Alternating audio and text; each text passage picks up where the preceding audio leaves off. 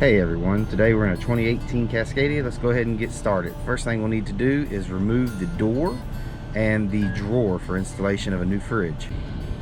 To remove the drawer, you're going to open it and there's a clip on either side. You're going to push both clips in at the same time and pull the drawer out. Now that the door and drawer are out, we're going to remove the piece of carpet in the bottom of the cabinet and remove this plastic tray that's held in place by the 8 screws you'll see around the outside of it. Once you take the screws out of the bottom of the tray, you'll also want to remove the 2 screws holding the cabinet to the back wall so you can lift the cabinet up enough to get this base tray out. You may struggle a little bit to get the bottom tray out, but it will come out after a little bit of work. And then once you get that out, you'll want to put the 2 screws back in the back wall to hold your cabinet in. Then we'll be ready to install our bottom brackets. Once we get our bottom bracket set in there, it should look like this. And then we'll want to put the 4 screws we took out of the floor, also the 4 screws that hold the brackets to the cabinet back in as well. Next, we're going to put in our top bracket with the 5 holes facing up, the 3 holes facing to you, lining up the 3 holes that were underneath of our drawer.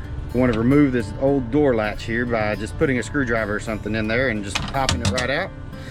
Then we're ready to move on to getting the power in the cabinet. To get our power, we're going to use this lower receptacle here. We're going to go under the bunk and unplug it from the lower receptacle. Plug it into the wiring that came with the fridge. We ran that wiring along the inside of this bunk wall, up into this hole, and then between the bunk wall and the cabinet so that it comes out for us right here behind where the refrigerator will sit.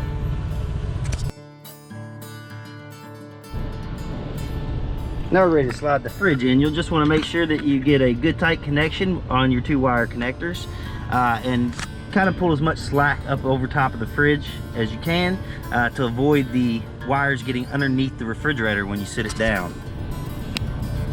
Now that the fridge is all the way into the cabinet, you'll want to secure it with the 3 screws that go on the top of it and 2 that go on the lower part that comes with the kit.